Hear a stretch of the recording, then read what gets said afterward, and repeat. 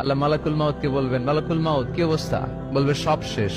মাইয়াব্বা, কে বাকি? মালাকুল মাউত বলবে জিনেরা বাকি, যাদেরকে দেখা যায় না। আল্লাহ বলবেন জিনদেরকেও শেষ করে ফেলো, রুহু কবজ করো। মালাকুল মাউত আজরাইল জিনদের রুহু কবজ করবে। আল্লাহ এবার জিজ্ঞেস করবে, ইয়া মালাকাল মাউত আখবিরনি মাইয়াব্বা, এবার বলো আর কে বাকি? মালাকুল মাউত বলবে, আল্লাহ মানুষগুলো সব শেষ, জিনগুলাও শেষ, এবার বাকি ইবলিস শয়তান। কে বাকি?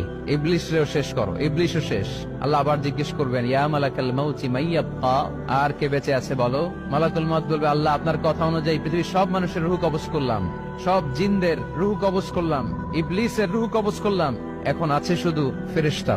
আছে কারা? যাও ফেরেশতাদের রুহু কবজ করো। ফেরেশতাদের রুহু কবজ হয়ে যাবে। এবার আল্লাহ জিজ্ঞেস করবেন, ইয়া মালাকাল মাউত আখবিরনি মাইয়াব্বা।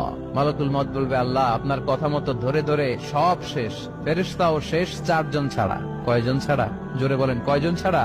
ইসরাফিল, জিব্রাইল, মিকাইল, আজরাইল। আল্লাহ এই 4 জন আমরা বাকি। আল্লাহ বলবে, যাও ইযহাব ইনতালিক ইলা জিবরিল ওয়াকবাদ রূহা, জিব্রাইলের রুহু কবজ করো। ইযহাব ইলা ইসরাফিল ওয়াকবাদ রূহা, ইসরাফিলের রুহু কবজ করো। ইযহাব ইলা মিকাইল ওয়াকবাদ রূহা, রুহু কবজ করো। ওই 3 ফেরেশতাও শেষ। এবার আল্লাহ তাআলা জিজ্ঞেস করবেন, ইয়া মালাকাল মাউত আখবিরনি মাইয়াব্বা, হে মালাকুল মাউত আর কে বাকি আছে বলো?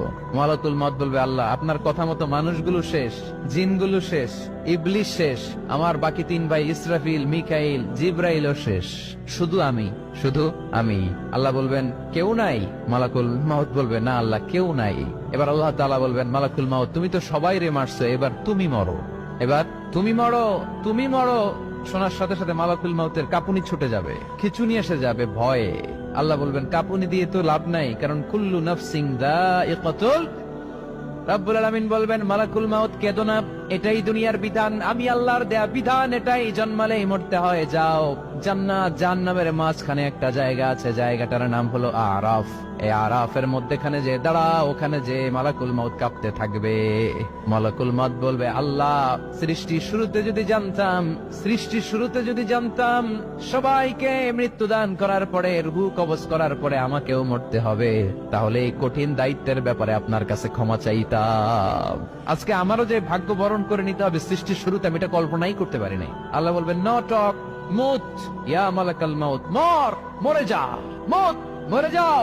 বলার সাথে সাথে মালাকুল মাউত এক বিকট চিৎকার হাঁকিয়ে মরে যাবে। মালাকুল মাউতের চিৎকারটা সেদিন এত ভয়ঙ্কর হবে, বিষ্ণু ইসা ইসলাম বলেন, ওই চিৎকারের আওয়াজ যদি পৃথিবীর মানুষেরা কান দিয়ে শুনতে পেত, তাহলে কিয়ামত সংগঠিত হওয়ার জন্য আলাদা করে ইসরাফিলের সিঙ্গার প্রয়োজন হতো না।